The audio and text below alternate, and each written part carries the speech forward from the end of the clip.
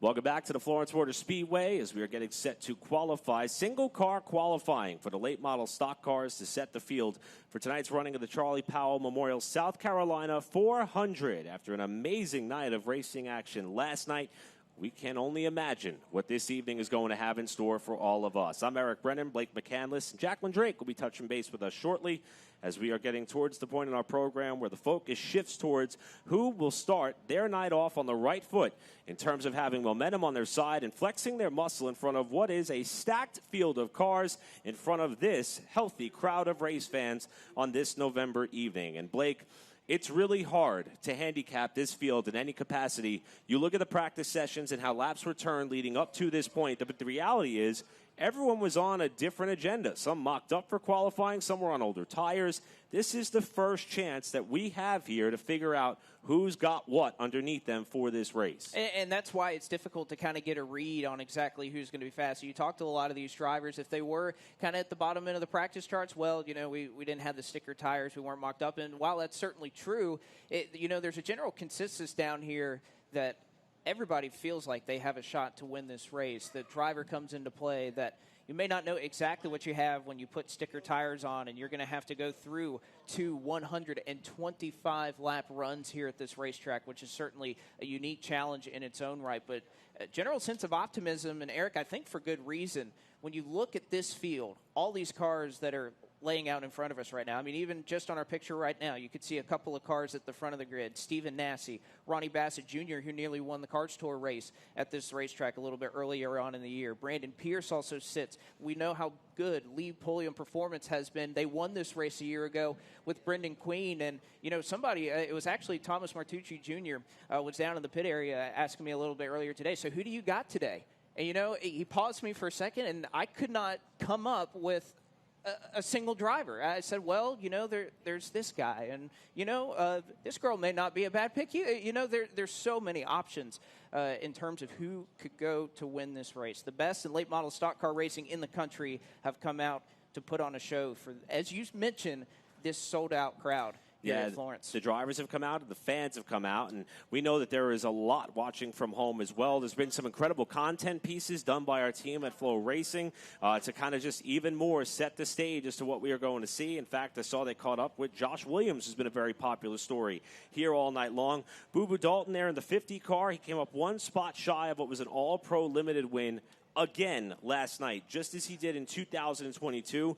Wasn't on the initial entry blank to run this race. Fortunately for him, when they decided to switch the carburetor over, the decision was made. We're going to start all 41 cars. He's guaranteed to make the show after what was a very emotional and powerful interview by him in that runner-up finish just 24 hours ago. So storylines aplenty as you see Boo Dalton's car getting set to roll off here. He may be one of the first ones to go out in terms of this 2-lap qualifying session. And, of course, that is just one of the many tales which we will be telling throughout this evening with that heavily populated field of cars getting set to tackle this racetrack. And, Blake, for a little bit of context as to the meaning of the qualifying session, I went back and looked at how it kind of unfolded or how starting position mattered in terms of who wins here at Florence Motor Speedway. Now, the icebreaker that was held here in the winter months, that was a 125-lap event, so basically half of what this race is going to be. Doug Barnes started on the pole, led every lap. Well, didn't lead every lap, but he went on to win the race. Last year in this race, Brendan Butterbean Queen started 17th on the grid and had to work his way through all sorts of different scenarios in order to find victory lane. It may not be too essential as to where you qualify, but it certainly goes a long way in the confidence of how these drivers and teams are going to feel when it's time to come to the green. Well, it's important. You want to start with good track position, clearly, over what you might have, but it just depends on who's leading this race, who is going to dictate it, what is the pace going to be, because we saw that change a lot even last night. You think about the All-Pro Limited late model race. We saw a lot of confusion last night and totally different strategies amongst most of the field, and Clark Houston, who elected to push the throttle pedal down and go. It was certainly something that was a little bit different, but not sure if we'll see that out here as we see our first car come out for single car qualifying for the South Carolina 400. And it's going to be a driver who, we talk about the meaning of this race, and hats off to everybody here at the Florence Motor Speedway, including that of the Zacharias family. A lot of what goes into this race is to help preserve some of the history of what the Myrtle Beach Speedway once was and what it meant to all of its competitors. Well, how about Stuart Ricks here in the 70 out of Myrtle Beach, South Carolina, longtime racer who spent most of his time standing in victory lane that dates back to the early 2000s. Now going to try his hand at the South Carolina 400, and he sets the bar at a 17.973 for that of Stuart Ricks. He ran the Myrtle Beach 400 10 times with a best career finish of third back in 2007. Now trying his hand at the Florence iteration of this event for the first time, and he will come to the checkers here and clock in a little bit slower that time through. He will stand on the 17.973 as Stuart Ricks is our first car to take time. And that is where the bar has been set. And you were just talking about this driver a moment ago as he gets up onto the speedway. You talked about the emotion that this driver gave us after he climbed out for the second year in a row to come up short of winning the South Carolina 250, but ran very well in the South Carolina 400 as he gets a little bit sideways off of turn 4, getting back to the gas. It is Boo Dalton out of Greensboro, North Carolina. He and this family-owned race team, they do a lot with a little, but this is a tight-knit bunch, and you could see how much that running well in this race and being able to run up front means to this driver as he'll come around to complete what is his first lap, and it is second fastest for now out of the two cars that we've seen thus far, 18.428. The lap time for Boo Dalton on his warm-up lap. Let's see what his time lap is going to be. 18.004 for Dalton is going to put him just 31 thousandths of a second shy of the marker set by Stuart Ricks. We'll see some different lines that these drivers are willing to test out. For Boo Dalton, it's all the way down to the bottom of turns 3 and 4. Third time through is going to be good enough to break into the top spot, so Dalton's second car out will go first. 17.899 for Boo Dalton in that number 50 car. Boy, Blake, after the interview last night, what would it mean to him to have a solid run here tonight? You mentioned they're looking for some partners in order to keep up what they love to do, and that is go to the racetrack and race. On the opposite end of the spectrum, here is a driver who, of course, loves to come to the racetrack and race, but when you talk about years of experience, there aren't much years in a full-bodied stock car behind this young driver who made headlines by going to victory lane in a Cars Tour Pro Late Model event at Dillon at just 12 years old this past summer. He's in car number 7 out of Williamsburg, Virginia, driving for the family-owned operation is that of Tristan McKee as he comes to the line here to wrap up his dead lap and will begin his first timed lap this time through. Even though Tristan doesn't have all that much experience in cars like this over the course of several years, he did run this race last year. Was running quite well until he was involved in a hard crash on the front straightaway. Looking for a reversal of fortune here tonight, and he is fastest on the first time through. That's going to be a 17.829, 7/100ths of a second for the youngster, and we'll see if he could better that lap time here on what will be his final chance to lay down a flyer in qualifying. McKee back to the power. His second lap will be a tick slower, but it is Tristan McKee who goes to P1 for now. And somebody who has taken a liking to late model stock car racing as of late. Of course, you've heard his name in super late model racing for a long time. He's a two-time, nearly a three-time winner at the Winchester 400. He's also won the All-American 400 and was introduced to late model stock car racing, and he has taken a liking to it. Number 51 of Stephen Neese making his way out on the racetrack this afternoon.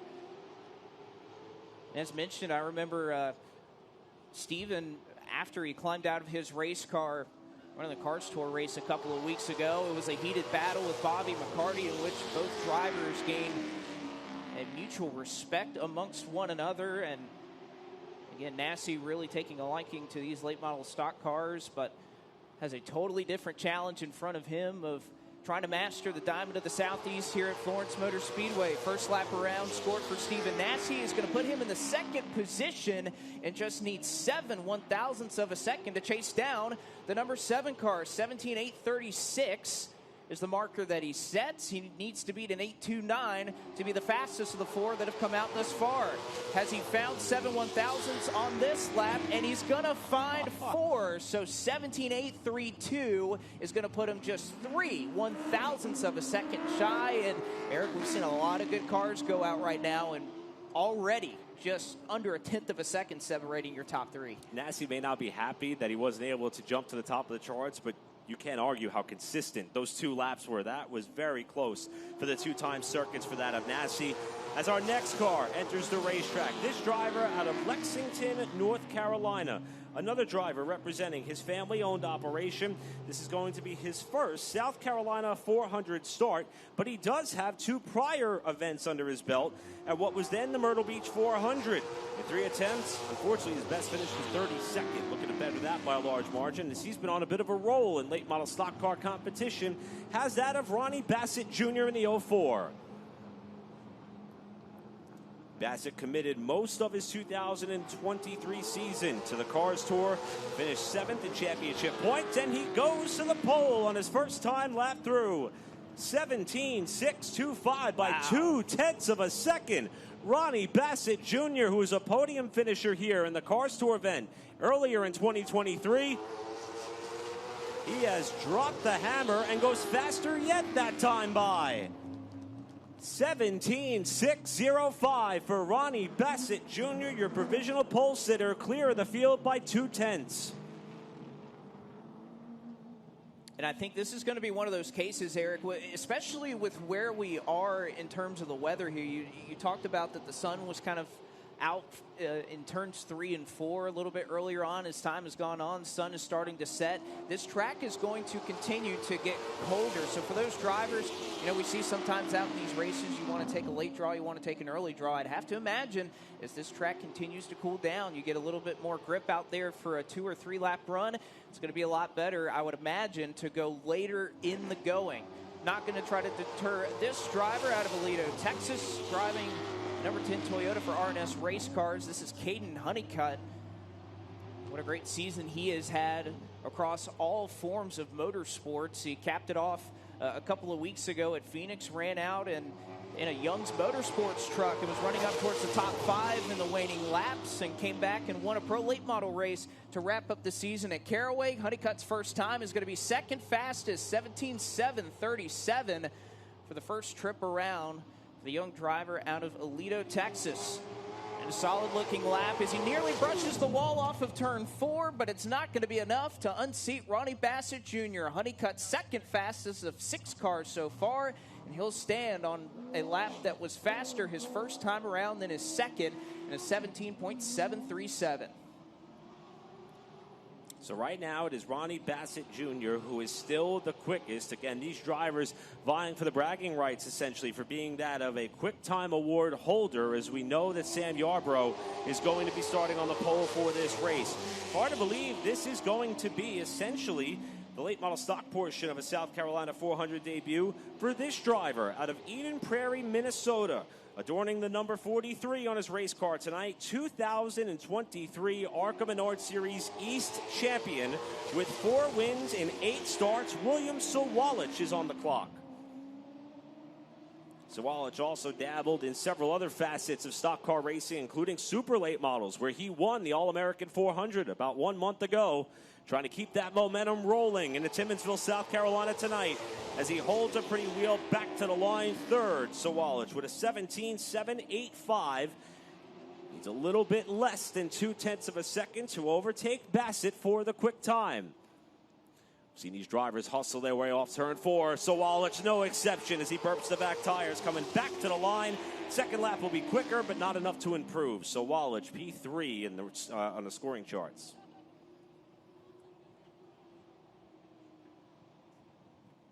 And Sawalich will go third fastest. And as we see the number 18 car at the end of pit road, you could see that car not firing off. Even a couple of crew members from Boo Dalton and Landon Huffman trying to give that car a bit of a push start into turn 1. Will the car fire off? It looks like it is not doing so for the time being. And we'll see if this veteran out of Simpsonville, South Carolina, there it goes. Car will fire up. And just a bit of a delay there for David Roberts, experiencing perhaps some clutch issues getting that car up to full song.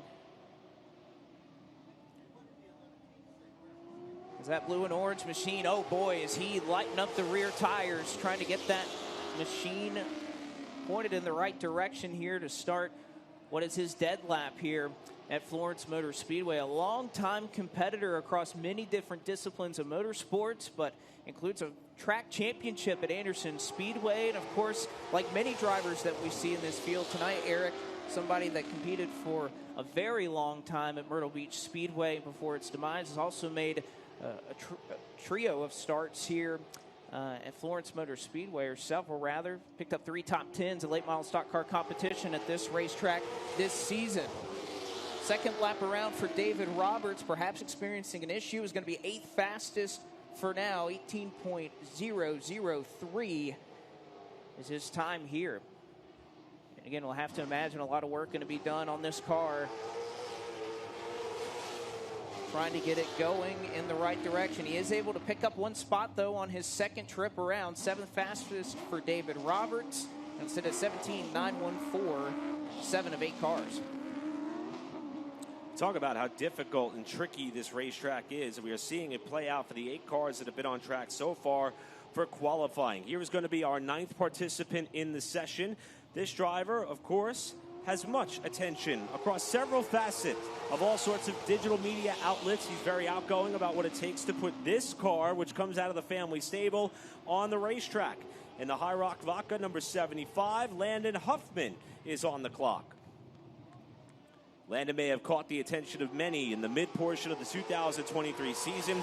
He was tagged to take over the seat of the Nelson Motorsports number 22 throughout not only the Cars Tour, but also some big league late model stock races as well. Captured a big win at the old North State Nationals at Tri-County Speedway, which came with a $30,000 prize, and finished 1 spot shy of the Valley Star Credit Union 300 victory in what was a great battle with Trevor Ward. This time by for Huffman, it's going to be 8th of the 9 cars that have been on the racetrack thus far, 17.968. He needs about 3.5 tenths to be able to pogo stick his way to the top of the pylon. And Huffman is actually going to slow down on that lap. So Huffman not going to be too pleased with the effort that he's been able to put forth here for qualifying. Last year was caught up in an early crash. If he can keep his nose clean, don't be surprised if he finds his way to the front of the pack when all's said and done. Huffman down into the pit area, turns things over to the 09 machine, that black and gold car coming out of turn number 4, hailing out of Easley, South Carolina. This is the 09 of Riley Gentry, another native of the Palmetto State and a longtime competitor at Greenville Pickens Speedway. where he has several wins both at that racetrack and right here in Timmonsville, South Carolina.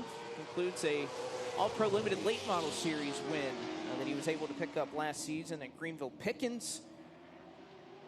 Riley Gentry, a very charismatic character when you talk to him down in the pit area.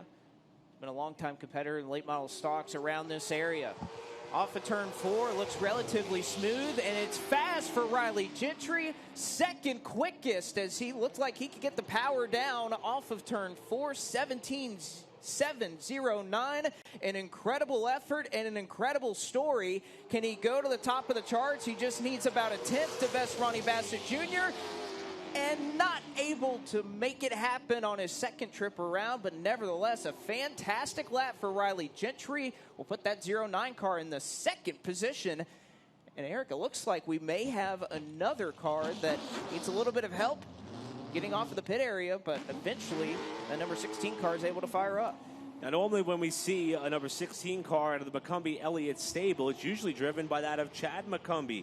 Here, though, for this weekend, it's going to be driven by his cousin Adam, who has a lot of racing experience, especially here at this racetrack. Adam McCumbee in the number 16M is going to be making his way out onto the racetrack for his time trial run. Ran a couple of races here in 2023, has run several races in this part of the country, as well as limited late models and super trucks. Now being given the keys to the race car out of a stable that already knows they've got at least one car starting on the front row in that of Sam Yarbrough, who will be leading the field down for the green flag. We'll see if we can get another McCumbee Elliott racing car up towards the front of the pack in that of Adam McCumbee, who's coming down to complete his first lap against the stopwatch. McCumbie's car appears to be a bit more stable than some that we've seen come off the corner. Seventh quickest that first time by for that of McCumbee, 17.890. A little bit less than 0.3 of a second off what is still a flyer laid down by Ronnie Basset Jr. Clear of second spot by a tenth as McCumbee gets way sideways coming to the checkers. And understandably, that second lap will be a bit slower. So McCumbee 7th. After putting on the slideshow coming across the front stretch grandstands.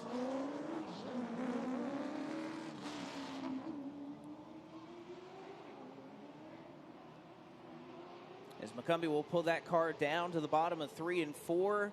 Not going to waste any time in getting this next car launched off. And interesting conversation that I had with the previous car owner, or the car owner of this race car that is being used out of the Colleague Racing staple right now, is on the back straightaway driving the number 11 Alloy Chevrolet for Colleague Racing is going to be somebody who had a bit of news to announce a couple of days ago in the NASCAR Xfinity Series, that he will make a full-time effort with Colleague Racing, and it is that of Josh Williams out of Port Charlotte, Florida. Again, had an interesting conversation yesterday with Chris Throckmorton, who was kind enough to stop up in the broadcast booth with us here and with this race car. Been a long-time competitor at this racetrack. Did not qualify with this race car at this track last season in the South Carolina 400, but is optimistic about what Colleague Racing can bring in terms of the resources and speed. And Josh Williams, a very capable driver behind the wheel. Second lap for Williams is going to be 5th fastest, clock in at a 17.797 for Josh Williams, finally coming back to a late model stock, and certainly one of the stories that we will be following all night long. I have to say, no matter the outcome, that car may certainly win best in show. What a beautiful looking race car that team has put together. Next up on the racetrack, no, you're not seeing double. In fact, this driver identifies himself by the use of a middle initial, which has a lot of racing relevance as well. Driving the Pinnacle Racing Group, number 28, out of Conley Springs, North Carolina. This is Landon S. Huffman. Will be scored, as you can see on your screen, the 28H. This is the son of former NASCAR driver Shane Huffman, who also serves as general manager and leading crew chief for this team. Devin Arca Menard Series entry, which won a race with Luke Fenhouse at Iowa earlier this season. And now Landon S. Huffman, who has been racing locally at several tracks and has gone to victory lane at Hickory earlier this year, tries his hand against this field and clocks in 5th fastest the first time by. 17.572. Check that, 17.752. His first time around. about a tenth and a half off of the lap that Ronnie Basset laid down. Here comes Huffman to the line. That second lap will be a little bit slower, but Landon S. Huffman with an impressive top 5 lap in this qualifying session.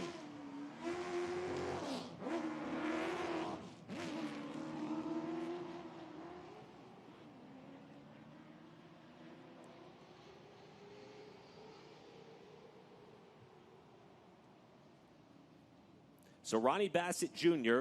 has the quickest lap time so far. Riley Gentry second. Kaden Honeycut in third.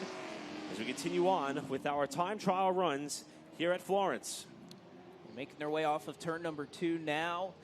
The number 18 of Truet Miranda out of Concord, North Carolina, has moved up in recent years from Bandoleros and Legends cars and has made the trip into late model stocks. Rounded out with a 7th place finish and Charger points at this racetrack in this season, and will be making his debut in the South Carolina 400 tonight. Off of turn 4, car looks awfully smooth. We've seen that for a couple of cars that have been by recently, and first time out for that number 18 car is going to be 14th fastest so far, 18.015 for the first lap in qualifying here for Miranda. Checkered flag in hand. Let's see if there's a pickup, and indeed there is. It's going to be a pair of spots for that number 18M. It's going to improve number 18 to a 17.920, 12th of 14 cars. Starting to see that the sun has pretty much gone behind the clouds here as nighttime is starting to fall. The lights come up to full song, and that may be exactly what some of these drivers and teams are hoping for in terms of having the best effort that they could put down for this time trial run to help us set the field for the Charlie Powell Memorial South Carolina 400. Here's a driver who has a lot of local flair and a lot of passion into this race and this place. Conway, South Carolina native for his family-owned operation, made select Cars Tour starts this year, and also had a feature win in 2023 in weekly competition here at Florence. Here is Bryant Barnhill in the 5B. And Bryant had a lot of optimism in terms of his hopes for this race here this evening, and a lot of confidence. You can guarantee he'll be one of the first to dust off the top groove. First lap, though, is not going to put him in the top 10. That'll be 13th for that of Barnhill, 17.964. All the while, Ronnie Basset Jr. continues to watch on as Barnhill comes down to the checkered flag, trying to pick it up on his second lap, and it will not happen. Barnhill will remain 13th, but if there is anybody in the field who has several laps around here to be able to work their way from the back of the grid, it's going to be Barnhill and his operation. He is scored right now in P13. Turn things over to a driver that we've seen a number of times in late model stock car competition this year and knows how to win at this racetrack. Did it multiple times just a couple of years ago in late model stocks at Florence Motor Speedway, driving the number 32 Miracle Dental Center Chevrolet out of Indian Trail, North Carolina. This is Zach Miracle, who'll exit off of turn number 2 now. And as we mentioned, Zach is somebody that really takes well to being able to go fast, to qualify, to put yourself in a good position.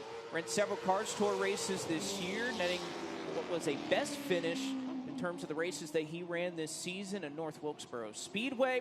You have to imagine, Eric, I know that it's hard to compare racetracks, but in terms of abrasive surfaces, it may not be there any longer since the repave, but certainly something that when these late model stock cars ran back in May will translate over very well. First lap around for Zach Miracle, though. Going to clock in 16th fastest for now, 18.098 for his first lap around, although at least by the naked eye, it looks like that 32 car wrapping the bottom well and is certainly set to pick up time on his second lap around.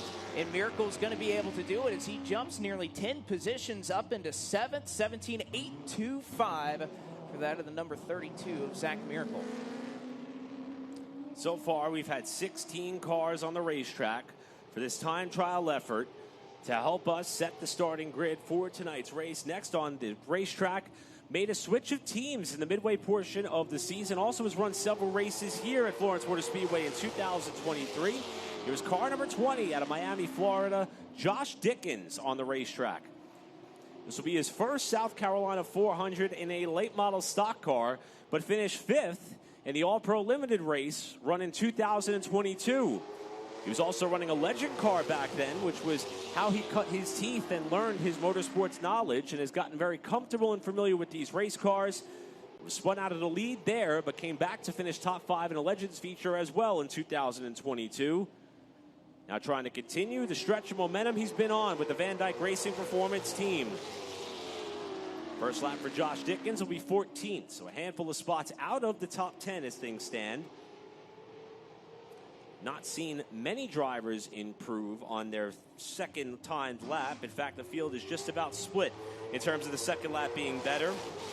And Dickens will fall into that category as well. He jumps up to 10th. Lap of record 17.890 for that of Josh Dickens, who rounds out the top 10 for now in the time trial order. Another local driver here at Florence Motor Speedway, hailing from Conway, South Carolina.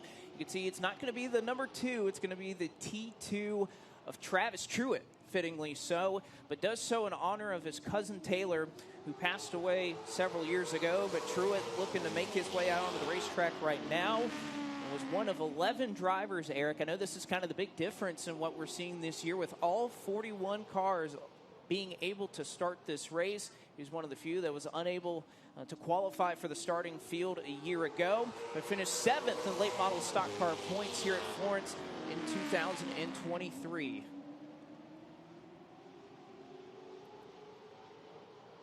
Very meaningful race for this driver. Down to the bottom of turns 3 and 4. Come around this time and see the white flag. As you can see, the sun's starting to set, the lights starting to shine a little bit brighter here at Florence. And Travis Truet, a solid opening lap, 13th fastest for that T2 machine, 17.908. Take a look at the lap times that are just around Truet. We'll see if he can jump up a couple of spots here to improve, and looks like he is going to follow the trend we've seen of cars that are not able to improve on their second scored lap. But you see Truet right there, 13th, 17.908. Look at all the cars around him, Eric, and how close and competitive this field has been, and yet hardly halfway through. And we mentioned the quick time setter and Ronnie Basset Jr. His lap is a 17.605. Here is someone that is destined to challenge that in only his second start with this late model stock car operation, as he prepares for what is going to be a full-time Cup Series venture with Stewart Haas Racing in 2024. Wrapping up a long-tenured stint at Junior Motorsports out of Hendersonville, Tennessee, Josh Berry in the 62 coming to the line to kick off his qualifying run. And his warm-up lap would have been good enough for second. That is not an official lap time on the scoreboard, but that shows the muscle this car has. Let's see what happens when it counts. Berry to the line and to the top of the charts by 2.5 tenths. Josh Berry the quickest. With a round of applause from the fans in the front stretch grandstands, we'll see if Berry could lower the mark even more. And he slows down on his second time by, but Josh Berry, in just his second chance of working with this Kevin Harvick Incorporated team, is the fastest driver in time trials thus far. And I think you had a feeling when that team went out in second practice, they mocked up, they were at the top of the charts, that a run like that was possible. You have an incredible team behind him, an incredible driver, and certainly going to be one that is going to challenge for the win tonight. But I wouldn't write off this driver yet in that conversation either.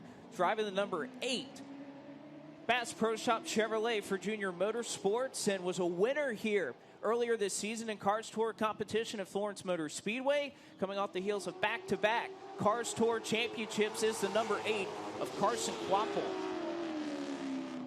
And a couple of big bullets that I think that if you're that number 62 of Josh Berry, you're going to have to dodge here, as a couple of fast race cars out of some great stables are coming up here. Solid looking lap, wrapping the bottom for Carson Quapple, who has gotten a lot of mentorship from the car that just went out prior to him. And Quapple's first lap, 11th fastest for now, 17.853.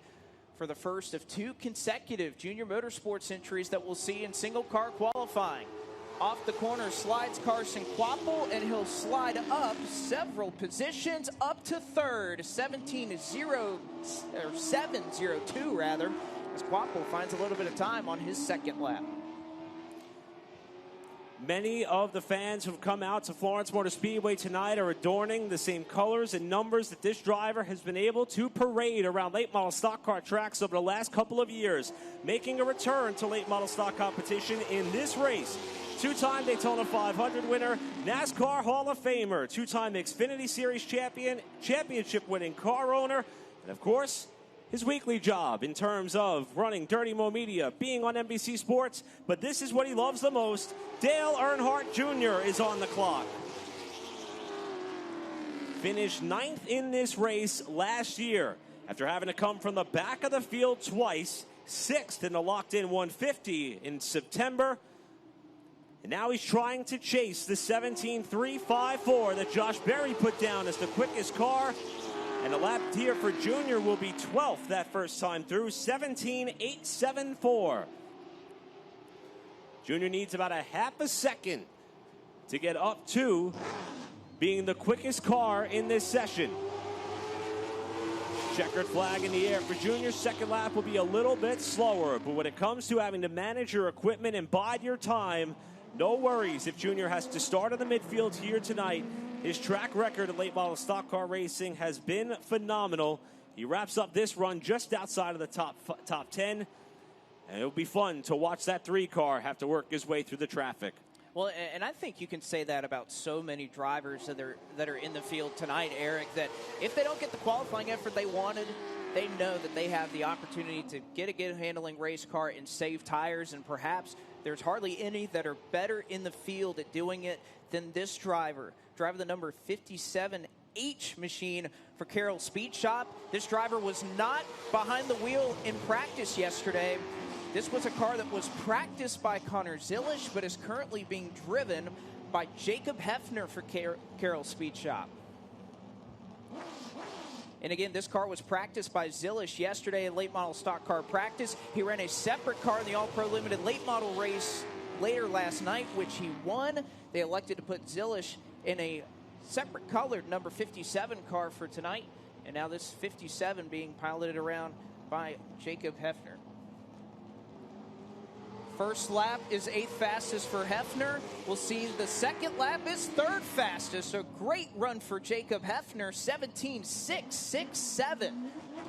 Carroll Speed Shop, we know they have speed, but Jacob Hefner, who only had today in that car to practice, a lap time he just threw down. Carroll Speed Shop has got things rolling here this weekend at the Florence Motor Speedway. As we see one of the veterans in late model stock car racing in this portion of the country enter the racetrack. Raced at Langley, finished 6th in championship points there in 2023, but he has a long list of accomplishments in terms of his short track racing career. Driving for his family-owned operation out of Chesapeake, Virginia, car number 55, Mark Wirtz, sliding his way to the green. Wirtz, the former multi-time track champion at Langley Speedway across several different divisions that race there. He's been racing for more than 2 decades and over 5 track championships, trying to add a South Carolina 400 win to his arsenal. And Wirtz will come down to complete his first official lap on the clock. And he will clock in 20th of the 23 cars that have been out of the racetrack up to this point. Checkered flag is going to fly for that of Mark Wirtz. We'll see if he can improve on his second lap, and he will not. So Wirtz 20th, again, out of 23 cars, with Josh Berry still the fastest car so far in this session. It's going to take a lot for any driver to try and chase that down. We saw a lot of speed, though, out of a team car that just went out a couple of cars ago. And we'll see if this driver out of the Carroll Speed Shop can try and match that. Driving the number 30 out of Quakertown, Pennsylvania. This is Paul Owens, one of the harder working drivers in the field. We know so many work hard, but a full-time student who works 2 jobs while also managing his racing career. He started in quarter midgets and has made the move to Legends Cars and has recently garnered some late model stock car experience. Also recently announced that in 2024 he will be running and racing in the ARCA Menards East Series with the potential to also experience some events in both West and National Series events. So Paul Owens will come back around this time. His warm-up lap would have put him 24th. Let's see what his first timed lap will do here at Florence Motor Speedway, and it will also keep him in that same position, 18.288 for that of the number 30 of Paul Owens, a trio of cars that outfit will be sporting this evening in the South Carolina 400. Paul Owens in his South Carolina 400 debut will improve on his second lap around, but will stay 24th fastest. Still will sit on an 18.027 despite a pickup there on his second lap. So a little bit beyond halfway in this qualifying session. Again, we know who the pole sitter is going to be, and we will see that car on the racetrack in just a short while. But it is all Josh Berry atop the pylon in terms of this qualifying run and venture. But the highest he will be able to start will, in fact, be second.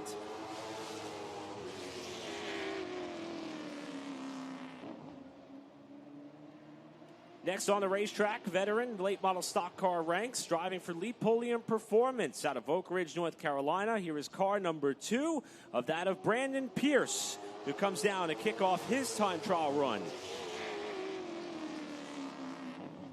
This is his third consecutive South Carolina 400 start. His best finish was third back in 2021, 18th year, 1 year ago. Coming off a 7th place finish in Cars Tour points is that of Brandon Pierce. And we know the strength of what that team is capable of. Pierce is going to clock in 19th on his first time by. Pierce going to hope that he falls into the classification of drivers who've been able to go faster on their second time lap. Checkered flag for Pierce. He will improve into the top 10 for that of Brandon Pierce, who slots into 9th with an official lap of a 17.770 for that of Leapolium Performance's Brandon Pierce.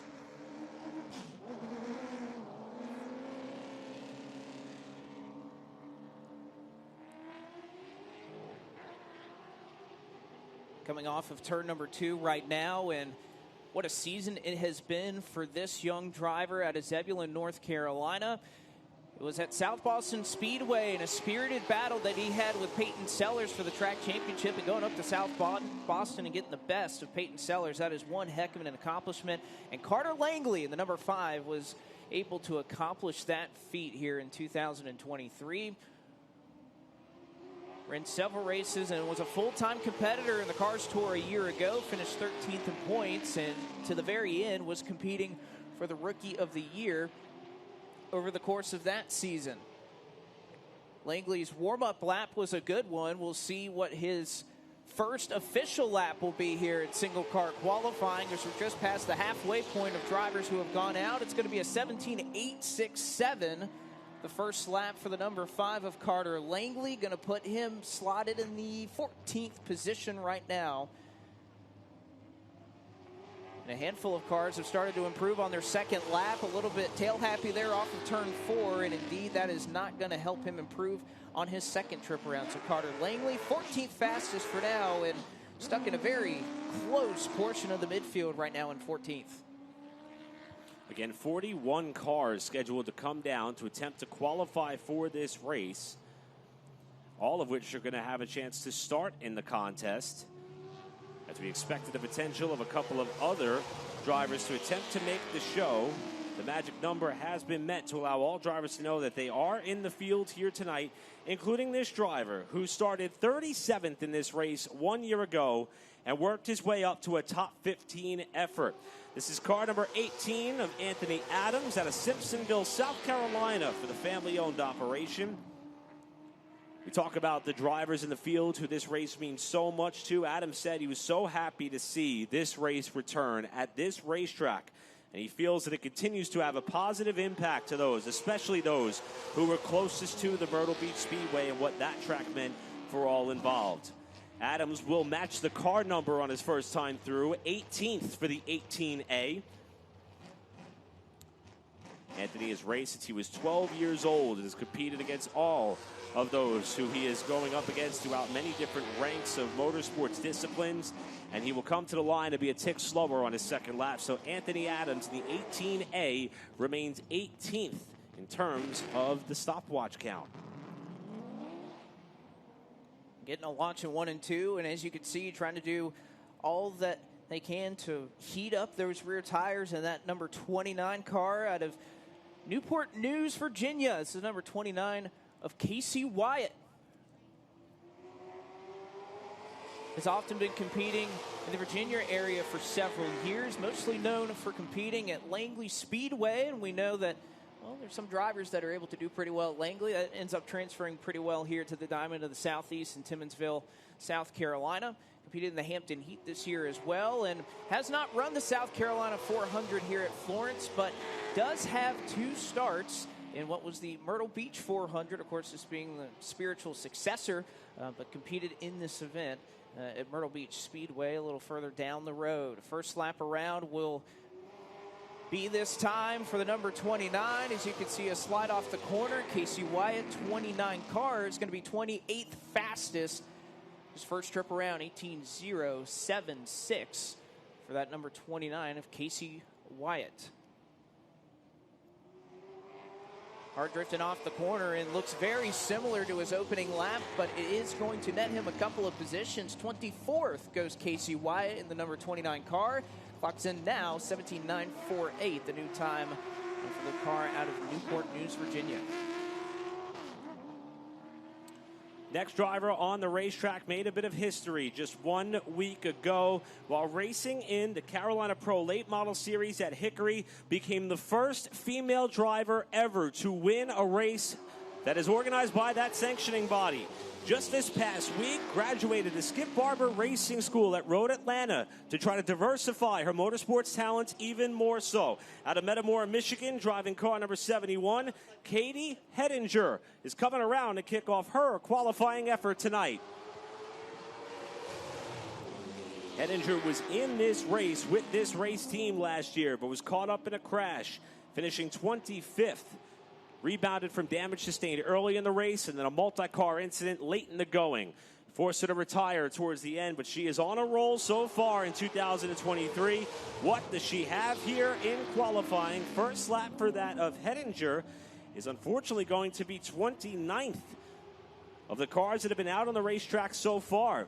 It's about 3/4 of a second off of what Josh Berry laid down as the quick time setter.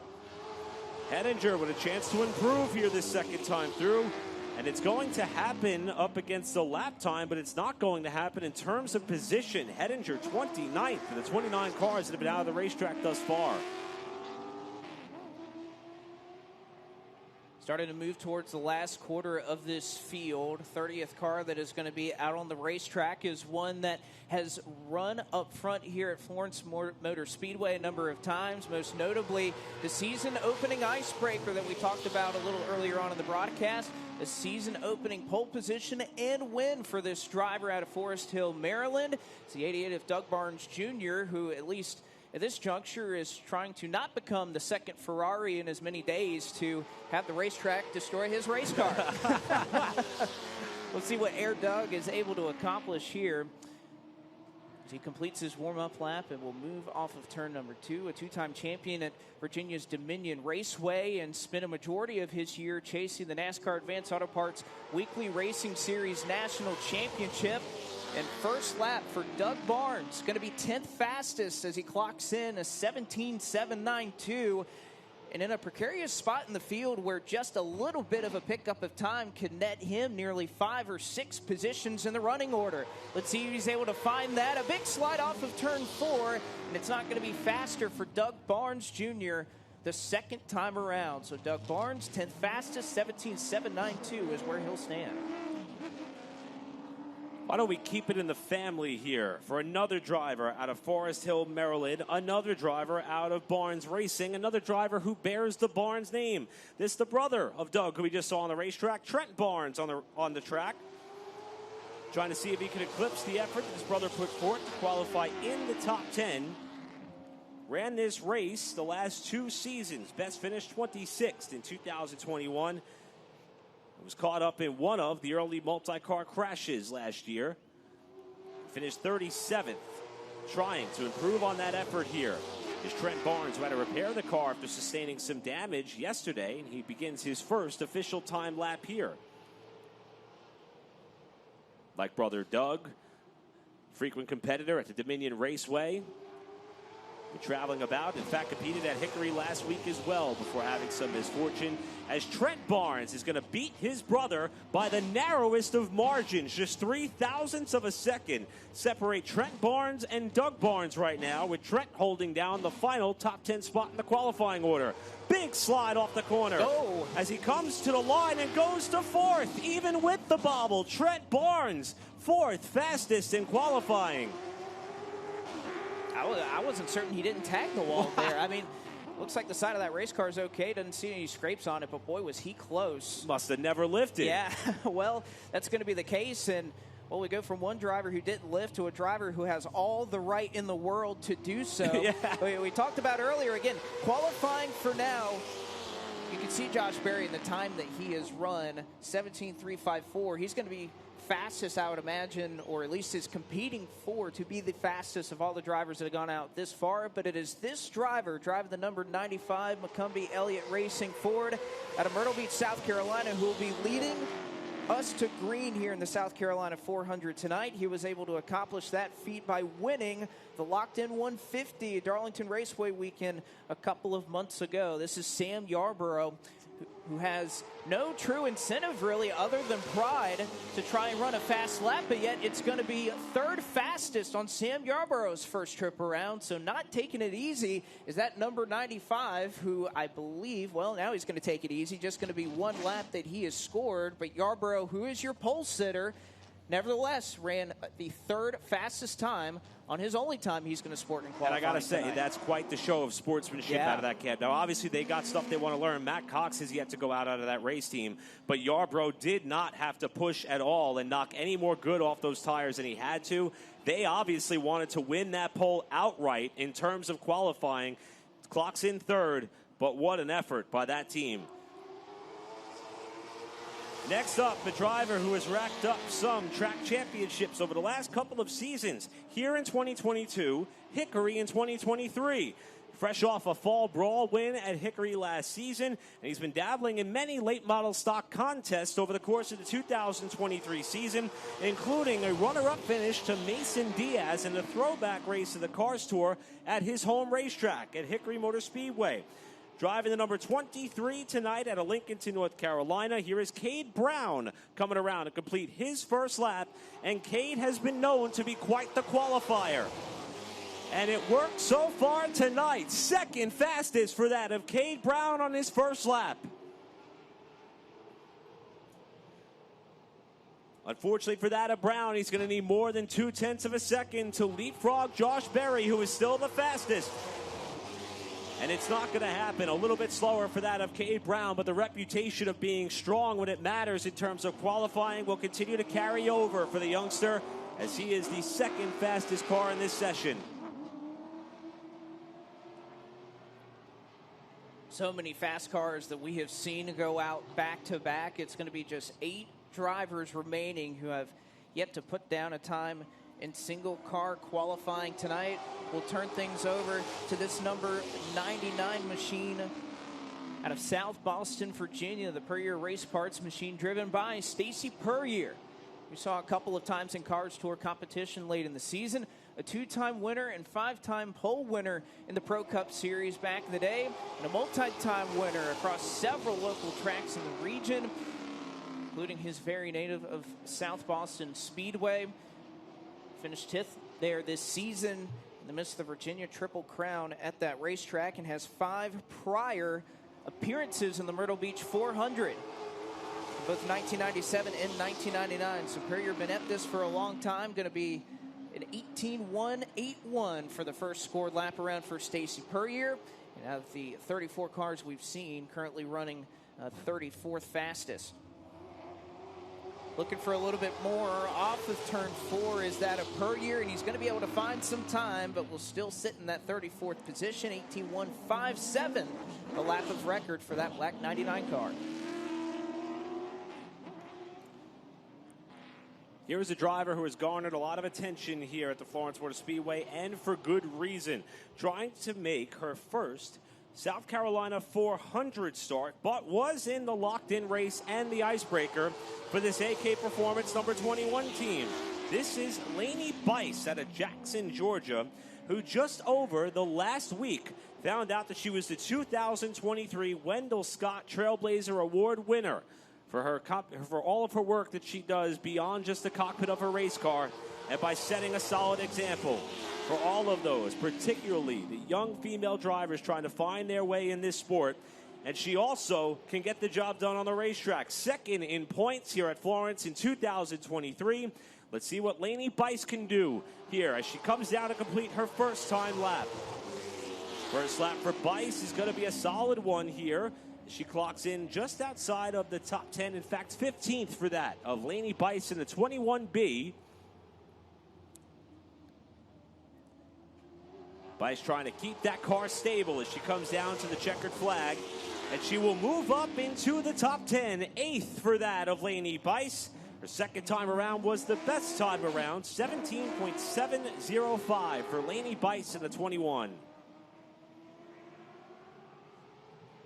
After 100 laps last night in the All-Pro Limited Late Model Series, it was this car that was in victory lane, driven by the number 57 out of Mooresville, North Carolina, and Conor Zillich. An interesting discussion that I had last night with his spotter, who he gave a lot of credit to for pacing him throughout that 100-lap race, and Brad Newman a little bit last night. It was not originally the plan that Conor Zillich would be piloting this race car as he practiced the car that you saw Jacob Hefner qualify in a little bit earlier today. But for Zillich, he was comfortable enough in this race car. They made the decision after the race last night to qualify and race in this car. It's just a carburetor change, so it doesn't need to be too much work for that number 57 crew. And shocker enough, he was pretty happy with the balance today in practice as well. First trip around for Conor Zillich, going to net him a 17.761 second lap time. And it's going to be 13th for the car that ended up in victory lane in the South Carolina 250 last night. Multi-talented driver across several forms of motorsports will bring his car, and he'll improve to 6th fastest. In fact, will share the third row with his teammate for the time being. Going to be a row of 57s as Zillich, 6th fastest, is 17.674. And by the way, just 7 1/1000ths off the marker that Jacob Hefner ran. We talk about drivers who are heavily popular here at the Florence Motor Speedway. Here comes another one. Driving car number 16 out of Hartsville, South Carolina. This is that of Casey Kelly. Finished 6th in late model points here in 2023 with a victory under his belt. Also made the big show in the 2023 running of the Valley Star Credit Union 300 at Martinsville, finishing a strong top 20. Kelly now is going to do what he can to see if he could find his way up into the top 10, as Josh Berry remains the fastest with a 17.354. 2+10ths clear of the field is that of Berry in qualifying, with Yarbrough still guaranteed to start on pole. Casey Kelly comes down to complete his first timed lap in the number 16 car. As we search for that entry on the timing and scoring charts, it's going to be a 4th place effort for that of Casey Kelly, his first time through. Solid first lap for that of Kelly. Next time by to 2nd, Casey Kelly has closed the margin on Josh Berry, and he will go to P2.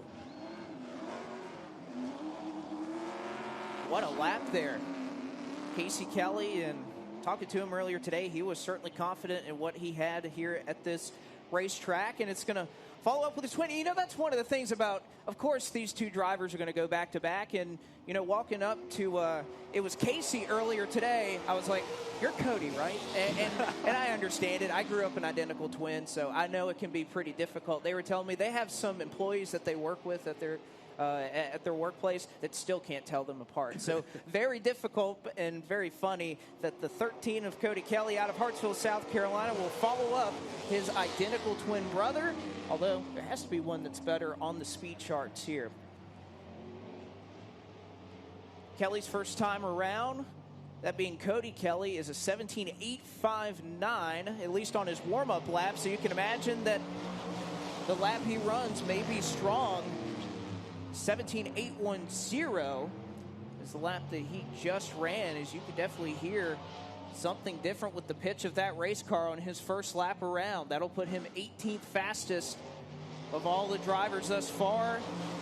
Checkered flag in hand. Is it a pickup for Cody Kelly? It has not, so twin brother stays 18th. 17.810 is the time that he'll stand on. Unfortunately, that car does not sound healthy at all, and it sounds like we are going to check the racetrack here before the next vehicle enters out onto the racetrack. And the attention will now turn to that number 13 car for Cody Kelly and team. Yeah, you can see the officials right as he pulls down in the pits, trying to take a look and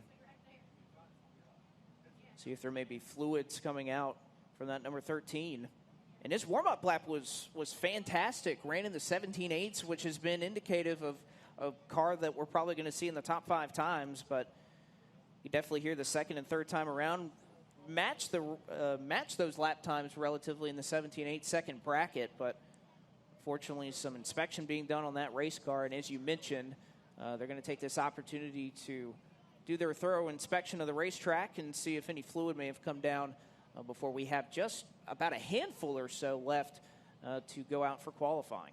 Some of the consensus could be a mechanical issue, maybe a crack or a fracture in the exhaust. We saw that happen to Bryant Barnhill at the beginning of the 2023 season here at the Icebreaker. But just to err on the side of caution, the track crew is taking a double file lap around the speedway as Cody climbs out of the car, and they will start to assess the situation.